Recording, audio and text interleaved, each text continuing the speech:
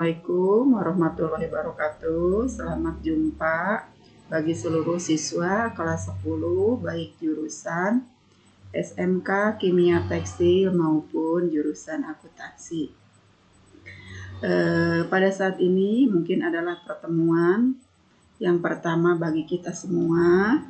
Salam jumpa dari Ibu. Perkenalkan Ibu Eis Rosmala. Ibu mengajar bidang studi bahasa Indonesia. Jadi kalian selama 1 tahun ke depan akan belajar bersama dengan Ibu pada mata pelajaran bahasa Indonesia. Meskipun pembelajaran kita saat ini masih dalam pembelajaran PJJ ya, daring, tapi Ibu berharap kalian semua tidak mengurangi semangat dan motivasi belajar. Tetap semangat, belajar terus, dimanapun dan bagaimanapun cara kita belajar sama. Ya, yang penting kalian punya motivasi pembelajaran. Pada pertemuan kali ini, ya, Ibu ingin mengenal terlebih dahulu, karena Ibu belum melihat atau berkenalan dengan kalian. Ya, meskipun lewat PJJ ini Ibu tetap ingin mengenal kalian semua dengan cara nanti kalian mengikuti pembelajaran ini dalam tahap perkenalan ya. Untuk saat ini tahap perkenalan dan mungkin ada sedikit materi nanti yang akan Ibu sampaikan. Kalian boleh menuliskan nama dan kelas di grup kelas yang sudah ditentukan oleh sekolah ya. Baik anak-anak Ibu sekalian, baik kimia tekstil ataupun akuntansi, mudah-mudahan masa pandemi ini tidak berlangsung lama. Kita dapat langsung berjumpa, bersua secara langsung, bertatap muka seperti yang sudah sangat kita rindukan. Kita bisa belajar bersama, belajar di dalam kelas, mengikuti pembelajaran secara normal ya. Mudah-mudahan saja kita berdoa kepada Allah Subhanahu wa taala semoga masa pandemi ini cepat berlalu. Dan Ibu ingatkan pada kalian, meskipun kita melaksanakan proses pembelajaran secara daring, tetap jaga kesehatan. Protokol kesehatan yang sudah dianjurkan oleh pemerintah tetap kalian jaga ya, jaga kesehatan ya. Jaga daya tahan tubuh supaya kita semua tetap sehat, terhindar dari wabah dan musibah sekarang yang sedang merajalela.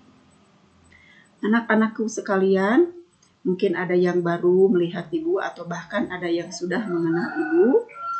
Yang ketika SMP-nya belajar bersama Ibu pasti ada yang sudah mengenal Ibu ya. Tapi kebanyakan pasti kalian belum mengenal Ibu. Nah, inilah sosok seorang guru bahasa Indonesia. Nama Ibu Eis Rosmala, Ibu ulang lagi ya. Jadi jangan sampai nanti kalian bertemu ketika mengantarkan tugas, mau mengantarkan tugas kepada guru bahasa Indonesia, tapi kalian tidak kenal wajahnya. Inilah wajah Ibu sebagai guru bahasa Indonesia. Semoga kita semua nyaman di dalam pembelajaran ini. Ya. Nah, baiklah anak-anak Ibu sekalian, Ibu akan sedikit memperkenalkan materi pembelajaran bahasa Indonesia di masa pandemi ini, yang mana pembelajaran bahasa Indonesia pada masa pandemi ini tidak berlangsung secara normal ya.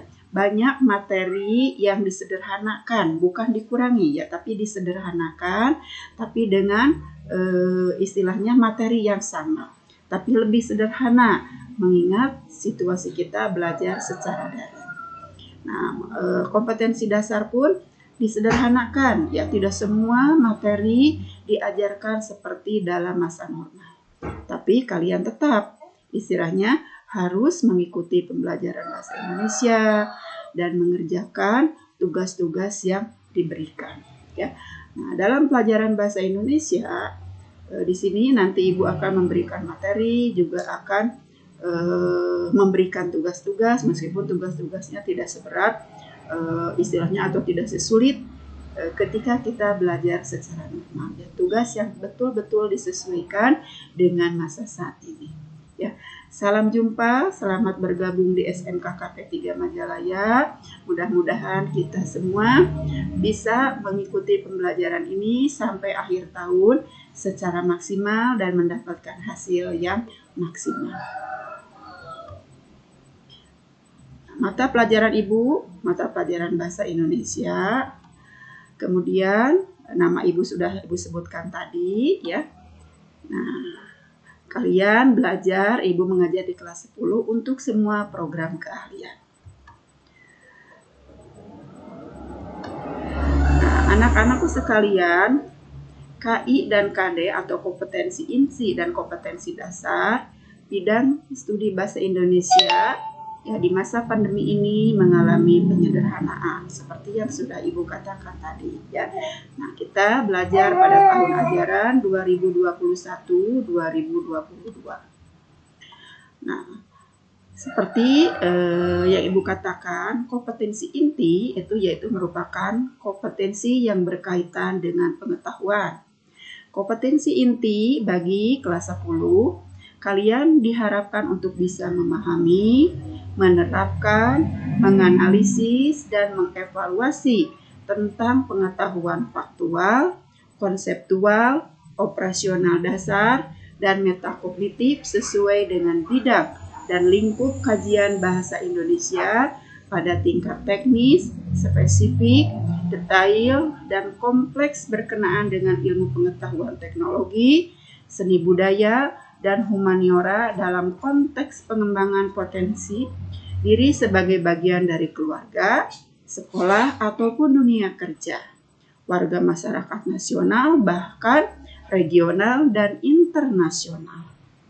Kemudian kompetensi yang keempat yaitu merupakan kompetensi yang berkaitan dengan keterampilan, di mana kalian semua di sini dituntut untuk bisa melaksanakan tugas spesifik dengan menggunakan alat informasi dan prosedur kerja yang lazim dilakukan, serta kalian dapat memecahkan berbagai masalah sesuai dengan bidang kajian bahasa Indonesia yang nanti akan kalian pelajari, serta kalian itu harus mampu menunjukkan berbagai keterampilan seperti menalar, mengolah, dan menyajikan secara efektif, kreatif, produktif, kritis, mandiri, kolaboratif, komunikatif, dan solutif dalam ranah abstrak terkait dengan pengembangan diri yang dipelajari di sekolah, serta mampu melaksanakan tugas spesifik di bawah pengawasan langsung, ya mungkin di pengawasan ibu ataupun orang tua kalian ya, meski karena kita secara daring. Nah, kemudian kalian pun di dalam keterampilan ini harus mampu menunjukkan keterampilan mempersepsi kesiapan meniru. Arti meniru di sini bukan berarti kalian menyontek ya, tapi meniru di sini kalian menerapkan konsep yang kalian lihat, kemudian kalian bisa menerapkan atau mengaplikasikan di dalam proses pembelajaran ya. Dan membiasakan gerakan mahir, artinya gerakan mahir di sini kalian harus terampil ya. Terampil cekatan ya di sini itu melihat situasi dan kondisi yang ada sekarang ya, dan menjadikan gerak alami dalam ranah konkret terkait dengan pengembangan diri yang dipelajari di sekolah. Itu adalah merupakan kompetensi inti, artinya inti yang akan kalian dapatkan selama kalian belajar di SMK KP3 di kelas 10 selama 1 tahun. Nah, kemudian tadi kompetensi inti dan kompetensi inti yang berkaitan dengan pengetahuan dan keterampilan. Sekarang kompetensi inti, pengetahuan dan kompetensi inti yang berkaitan dengan keterampilan itu akan dijabarkan pada kompetensi dasar, ya, baik pengetahuan ataupun keterampilannya. Nah, kompetensi dasar yang akan kalian pelajari pada pertama kali ini yaitu menganalisis isi dan aspek kebahasaan dari minimal 2 teks laporan hasil observasi yang berkaitan dengan bidang pekerjaan ya. Jadi kalian nanti akan mempelajari tentang teks hasil observasi. Pelajaran ini mungkin tidak asing bagi kalian karena kalau tidak salah di SMP kelas 9 kalian juga mempelajari tentang teks hasil observasi. Nah, sekarang kita pun di SMK bertemu kembali dengan pembelajaran teks hasil observasi. Ini adalah merupakan pengetahuannya. Kalian akan harus mampu menganalisis hasil observasi yang berbentuk laporan ya nantinya. Nanti Ibu akan menyajikan contoh-contoh atau bahkan kalian bisa mencari contoh laporan teks hasil observasi. Nah, kemudian keterampilan yang kalian harus peroleh dari kompetensi dasar keterampilan yang kedua, yaitu kalian harus mampu mengkonstruksikan teks laporan observasi berkaitan dengan bidang pekerjaan dengan menggunakan kebahasaan yang baik itu secara lisan maupun secara tulisan. Jadi kalian di dalam pembelajaran saat ini, di samping kalian memiliki pengetahuan, kalian juga harus memiliki keterampilan, ya. Karena pada saat ini kita itu harus pintar dan terampil, ya. Nah, kemudian adapun ya di sini pada bab 1 nanti kita akan mempelajari tentang polusi dan populasi. Nah, pada pembelajaran ini ada tujuan yang ingin kita capai, di mana setelah pembelajaran ini kalian semua diharapkan mampu memahami laporan hasil observasi yang berkaitan dengan bidang pekerjaan, ya. Yang mana bidang pekerjaan itu sangat luas, ya, sangat luas karena banyak pekerjaan yang ada, baik itu pekerjaan secara mandiri, pekerjaan yang berkaitan dengan instansi dan lain sebagainya, ya. Jadi nanti banyak laporan observasi yang dapat kalian cermati dari berbagai laporan hasil pekerjaan di dunia nyata ini, ya. Nah, kemudian yang kedua, menganalisis isi dan aspek kebahasaan laporan hasil observasi yang berkaitan dengan bidang pekerjaan. Jadi nanti kalian setelah disuguhkan laporan hasil pekerjaan, kalian pun harus mampu. Nah, disinilah terampilnya ya, menganalisis aspek kebahasaan laporannya. Ya, apa saja aspek kebahasaannya nanti kita akan bahas sambil mengikuti materi pembelajaran ini. Kemudian yang ketiga, setelah kalian mampu menganalisis, kalian pun harus mampu menyajikan isi teks laporan hasil observasi. Pertama, kalian bisa membuat semacam intisari atau ikhtisar atau rangkuman hasil observasi yang telah kalian cermati dan telah kalian baca, ya. Nah, kemudian setelah kalian mencermati, membuat rangkuman, bahkan nanti kalian diharapkan mampu mengonstruksi teks laporan observasi. Mengonstruksi di sini kalian mampu membuat satu contoh teks laporan observasi secara sederhana yang berkaitan dengan bidang pekerjaan sesuai dengan tema kita pada pertemuan kali ini. Nah, baiklah anak-anak, ini pada pembelajaran 1 kita akan mencoba untuk memahami teks laporan hasil observasi. Nah, bagi yang sudah memiliki buku paket, karena sekolah kalau tidak salah sudah membagikan buku paket, kalian tinggal buka saja bab 1. Di sini Ibu hanya menerangkan secara singkat saja, secara detailnya kalian bisa baca di buku paket, ya. Memahami teks laporan hasil observasi. Nah, sebelum kita mempelajari tentang tujuan yang berkaitan dengan tujuan pembelajaran tadi, mungkin kalian sudah tahu, ada yang sudah tahu ya, Ibu yakin, percaya sekali pada kalian, pasti kalian sudah tahu apa itu observasi, ya.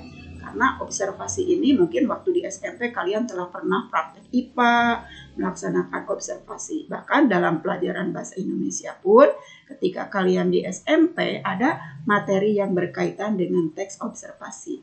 Tapi di sini Ibu ingatkan kembali bahwa observasi itu merupakan kegiatan yang tidak pernah terlepas di dalam kehidupan seseorang, ya. Karena observasi itu tidak secara resmi saja ya. Kita pun kalau berkenalan kadang-kala dengan teman-teman dilihat dulu siapa teman itu, bagaimana latar belakangnya, itu adalah sudah merupakan salah satu observasi ya.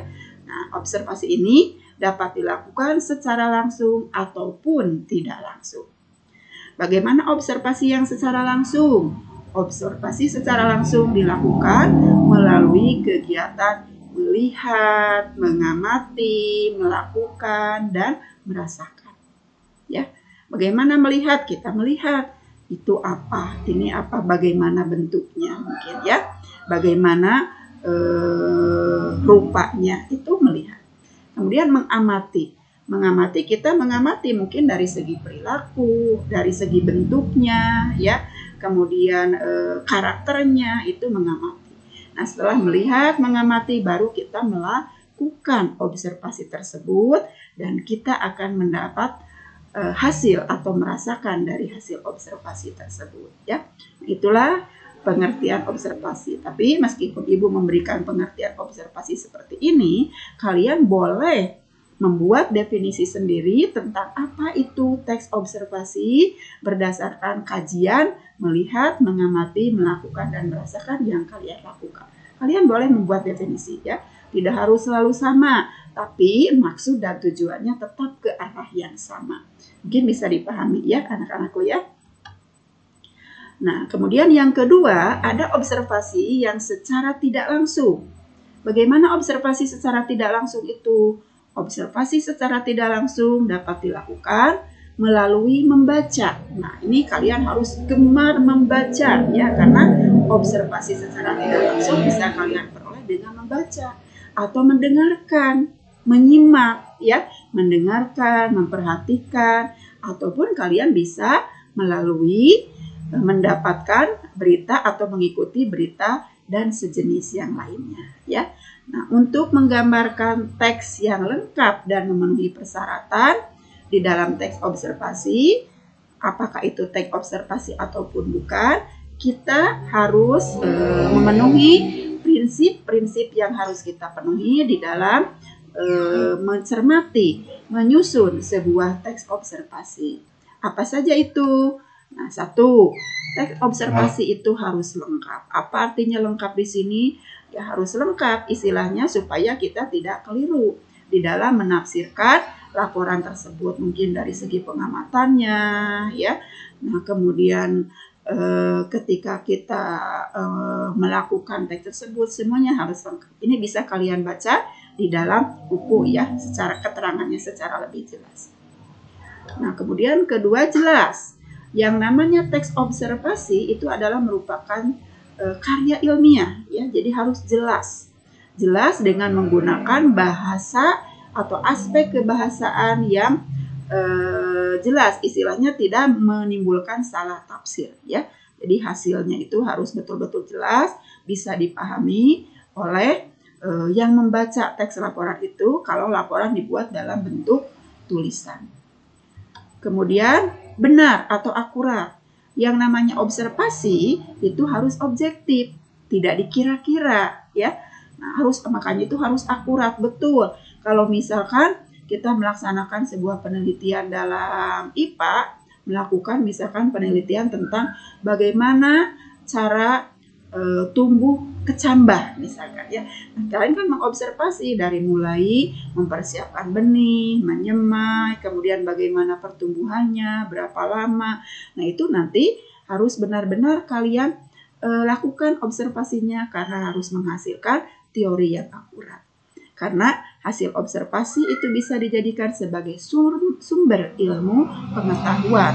Kalau sumber ilmu pengetahuan itu salah, maka pengetahuan itu akan menjadi pengetahuan yang salah ya.